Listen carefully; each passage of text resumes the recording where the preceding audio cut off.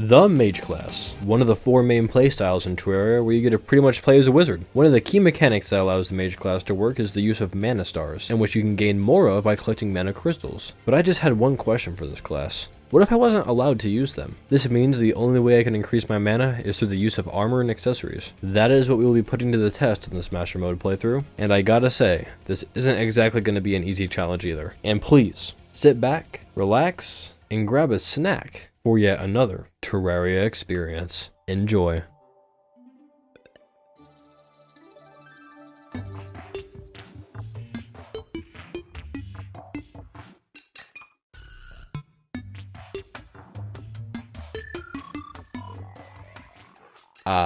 Isn't it nice to be back in our favorite, most exasperatingly painful game, good old Terraria? You see, if it was up to me to decide what to do next, I'd say we go exploring around the surface to see what this wonderful world has to offer. But sadly, much like real life, I have no control over what I'm actually able to truly do, and I didn't just die once, not twice, but 3 times in a span over 2 minutes. And the fact that my blood pressure is already rising is not a good sign for either my mental or physical health. So I did something unspeakable, something so unseen that you may even have to look away. I expanded the small wooden box that we've always called home on the first night. How dare I commit something so vile, so inexcusable, or may I even say so unpalatable in a YouTube video. But I think it looks pretty cool, so you know, I forgive myself, and I hope you can find it in your heart to forgive me too. Once it was morning and I no longer could get assaulted on 5 different accounts from floating eyeballs, I decided to explore what we had to work with. Turns out that we have corruption on both sides of our world, and I am unable to get past it, much like past trauma. So I turned to our favorite place,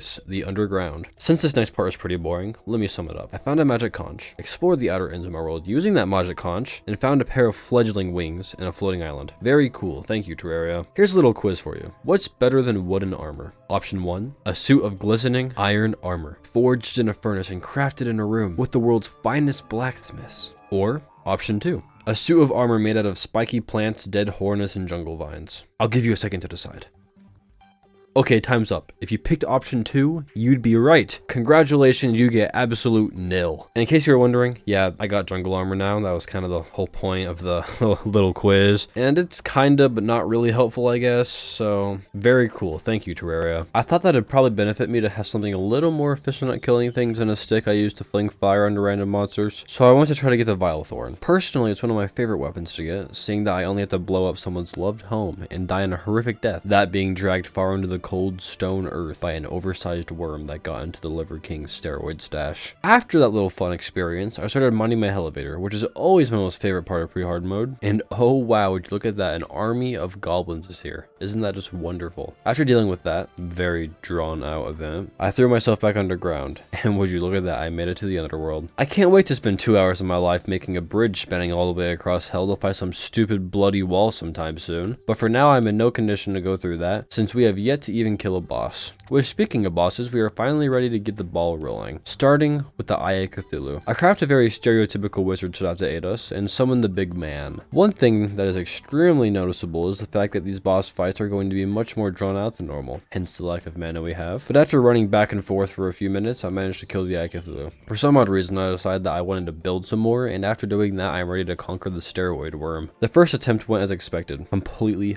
horrible. But eventually I managed to spawn the boss and get thrown into the middle of it while it was tangled up, and that was chaotic. But somehow, even after being in the middle of all that, I managed to kill the Eater of Worlds. Then that useful little voice that lives inside my head told me that a meteor crashed into the earth. And because of my hate for meteor heads, I used a vein miner to collect the ore. And is that not the most satisfying thing you have ever seen? Anyways, the super amazing thing about meteor armor is that the space gun ends up costing 0 mana, which for this challenge is amazing. With this new weapon at our disposal, I was ready to take on Skeletron. This boss was very hard to outlast since my damage was lacking, and that made the fight go on for a very long time. So after a few deaths, I decided to work on my bridge across hell, which wasn't exactly a good option to use as a mental health break, but oh well. Then I came back to fight the Skelly Boy. After getting rid of both the hands and a very tense couple of minutes later, Skeletron was dead, and after spending an unholy amount of time looking for the water bolt in the dungeon, I was ready to kill the Wall of Flesh. I switched back to jungle armor to give me that little extra boost of mana. After finishing the Hell Bridge, I was ready to fight. I'm not gonna lie, this was a very hard fight. No matter how many times I tried, I just couldn't kill it fast enough before it killed me. But eventually, after expanding my bridge enough times, I finally came up victorious over that stupid wall. And now, while I once again commit the great sin of actually building in a Terraria world, let me explain how I feel about this part of the game. If you are an Ishii X-Ray enjoyer, then you'll already know my opinion on early hard mode Terraria. For those who aren't, first off, why not? And second, in a very light-hearted way, I would call early hard mode as the most dull, mind-numbing, and infuriating part of Terraria. And third, how do you like my house? It's pretty cool, I think. It has a lot of storage just in case I need it, you know? Yeah, okay, anyways. I'm just gonna sum up this next part because it is absolutely and utterly boring to both ends of the earth. I smashed the altars, mined some ore, and fished for an hour looking for the crystal serpent. Notice how I highlighted that part specifically because I did not like it at all. I also got some other weapons which aren't really all that important. All you need to know is that they eat my mana faster than middle school me seeing a plate of brownies.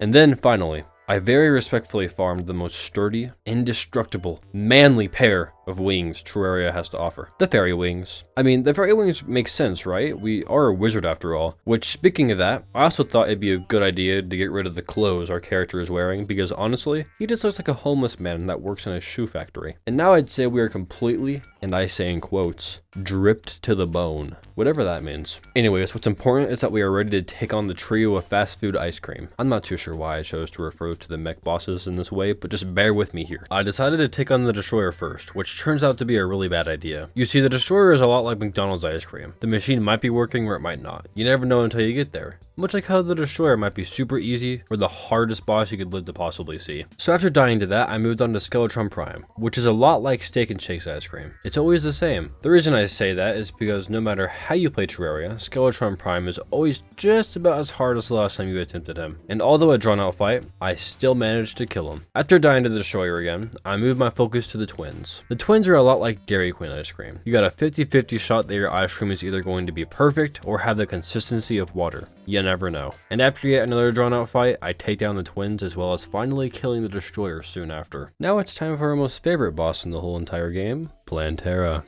Yeah, I'm just kidding. If I had to describe how it feels dealing with this boss, I'd say it's similar to being smashed in the head with a brick, only to experience significant amounts of pain in the frontal lobe region, resulting in the loss of your favorite childhood memories. Don't get me wrong, I love Plantera. I just hate the jungle. Even with the satisfaction I get from blowing up absolutely everything to make an arena, I would rather kill John Wick's dog than have to die one more time to a damn bee. But once I finished the arena, I smashed Plantera's bulb, and then I got absolutely decimated by the plant. If there's one thing to learn from Terraria, it's not to mess with plants. Or I guess celestial beings too, but you know. Round 2 with Plantera went much better, and after a very long while I managed to kill Plantera. After a very fun dungeon trip, I was freshly geared up and ready for what I like to call late hard mode. While I very pathetically attempt the Emperor's Light, let me explain something. In case you're wondering why I never have to wait for my mana to regenerate, it's thanks to mana potions. The one downside to this is the huge decrease in damage when I use one. So what ends up happening for many fights is that I'm draining my mana, using a potion, and then it decreases my damage more and more until I wait for the debug to go away, in which I never do for many cases. I just thought I'd explain why this is so much of a challenge still before I continue. Oh, and obviously I never ended up beating the Emperor's Light. Who do you think I am? Anyways, it was time to take on the big Incan statue, known as Golem. Of course, Golem was super easy as always, and I left as quickly as I got there, for he had no use to me in my endeavors. Although our good old friend Luke Pissron did. So after killing him on the first attempt, I killed him some more and eventually had myself every weapon I needed to take down absolutely anything that stood in my way. And I must say, a true mountain did indeed stand in my way. And by mountain, I mean the lunatic cultist. It's strange actually, since the lunatic cultist closely resembles an old rabid dog I used to see roam around my yard. And funny enough, they both shared the same fate. Since the second I showed that dog to my 5th grade class for show and tell, it was quickly put down by the school police officer, just as the lunatic cultist had just been. But there was no time for relaxing, for the 4 pillars of friendship appeared as soon as the cultist died. Starting with the Vortex Pillar. You see, the Vortex Pillar experience was a friend. It'd be that one rich friend who likes to show you all of their cool things, but never actually let you touch any of them, and who also somehow manages to emotionally harm you more than your own mother saying that she doesn't love you. But after dying a lot, I took down that pillar. Next up is our most loved pillar, the solar pillar. Also known as the completely asinine yet unnaturally strong friend who finds enjoyment at lunging bags full of hammers in your direction without you knowing at any moment of the day for a little funny joke to show all your friends. And after dying an unholy amount of times, I took it down. Second to last, we have the nebula pillar, aka the weirdly smart friend who throws comments like, "Well, actually," in your direction 17 times a day and attempts to be funny but ends up just being laughed at later that day for how completely horrible they are in any social situation. And after dying less times than I thought, I took down the pillar. And finally, the Stardust pillar. Since you can absolutely cheese this pillar by exploiting star cells, it makes sense for this pillar to be the extremely gullible friend who you can manage to make believe anything. Another little fun quirk about this friend is that they will also do absolutely anything you tell them to do, so long as you dare them. This friend is an essential part of the friend group, and without them, high school would have been extremely boring. Wait a second. Do you hear that noise? Because I swear I can hear the fraudulent aura of the one female that somehow managed to sneak their way into a male friend group, only to somehow like multiple of the guys at once and try to split the friend group apart so she can be together with the one that she likes the most. Oh wait, never mind. That's just the Moon Lord. And yes, I'm done with that bit now, for I have a celestial being known as Cthulhu to hunt. Oh no, never mind, I died. Surely I won't die a second time. I mean, come on, it's me. No, I died. Okay, one more time. I got this. But no, the nurse decided that she kind of wanted to be a little silly and different today and refused to heal me. It's okay. It's okay. I'll be okay. After one short little funny mental break, I went back for round 13 or whatever it was, using the run away with my shirt off screaming and hope I won't die strat, and I finally managed to kill the Moon Lord. It's finally over. Since these videos take so long to make, if you enjoyed, please consider leaving a like and subscribing to join the road to 10K since you made it all the way to the end. Let me know your thoughts on the video in the comment section down below too. And as always, until the next one, goodbye.